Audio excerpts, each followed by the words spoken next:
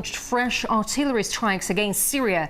It had earlier fired on the war-torn state in retaliation to the shelling coming from the Syrian side, which killed 5 Turkish civilians. Several Syrians were also reported dead as a result of the unprecedented military exchange. And RT's Middle East correspondent Paula Slier joined us now live with more.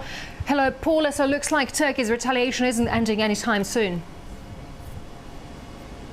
Certainly not. Into the early hours of Thursday morning, Turkey launched military fire against Syrian targets. This follows overnight operations in which the Turkey military continued to fire onto the Syrian side. Now, the whole incident was sparked when a mortar bomb was fired from Syria into Turkish territory.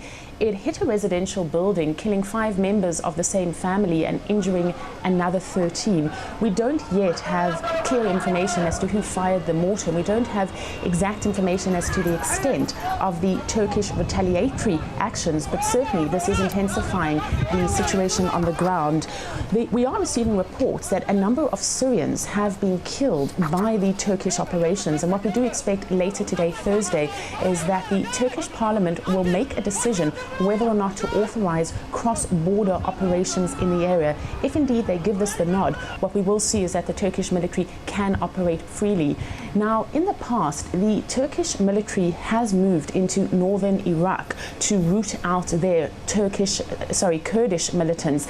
And what some people are noticing is a parallel action where you're almost seeing now that Syria is moving into countries to deal with rebel fighters there. Turkey immediately banged on the doors at NATO and the UN. What's been the reaction there? Turkey certainly wasted no time in going on the defensive. It immediately contacted NATO as well as the United Nations. It called this an abominable act and has urged the international community for immediate action. Now, on Wednesday night, an emergency meeting of NATO was held in Brussels. The Syrians did issue an apology. They offered their condolences to the family, and both sides have called for restraint. At the same time, we do expect that the Turkish call for the United Nations Security Council to meet immediately will be dealt with today. What we're hearing from the Turkish is that there needs to be immediate and urgent action to what they call Syrian aggression. So the situation on the ground quite fluid, and it remains to be seen what happens in the coming hours. Absolutely. RT's Paula Slier reporting there live. Paula, many thanks indeed. And with Syria still locked in a civil war, the government says it's investigating the origins of the deadly attack on the Turkish village. But some experts in Turkey think the incident plays into the hands of some regional figures who are eager to see Ankara drawn into conflict with Syria.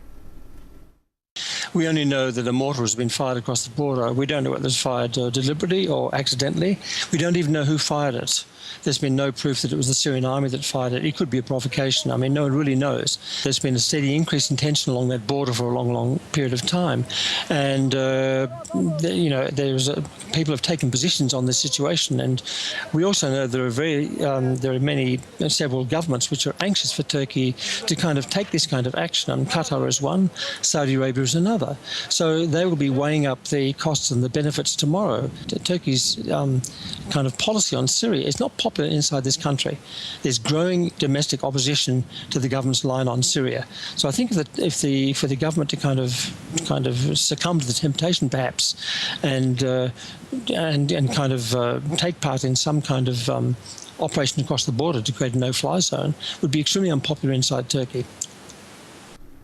The exchange of fire on the Turkey-Syria border comes in the wake of a spate of terror attacks ripping through the conflict-torn country's largest city.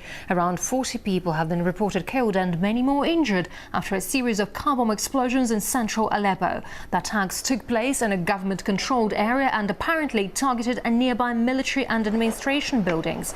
An al-Qaeda-linked rebel group has claimed responsibility for the attacks, which have become increasingly frequent across Syria.